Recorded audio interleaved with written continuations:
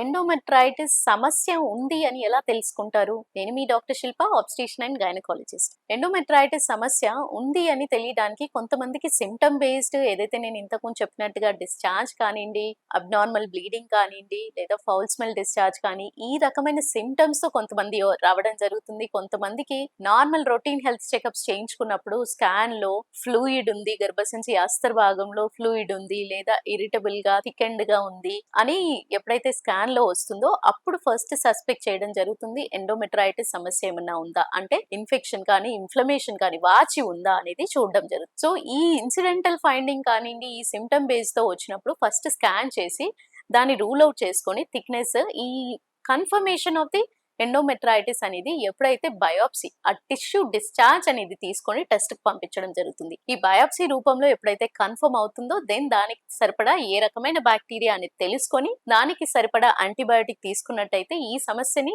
మీరు ఈజీగా అధిగమించగలుగుతారు. Thank you.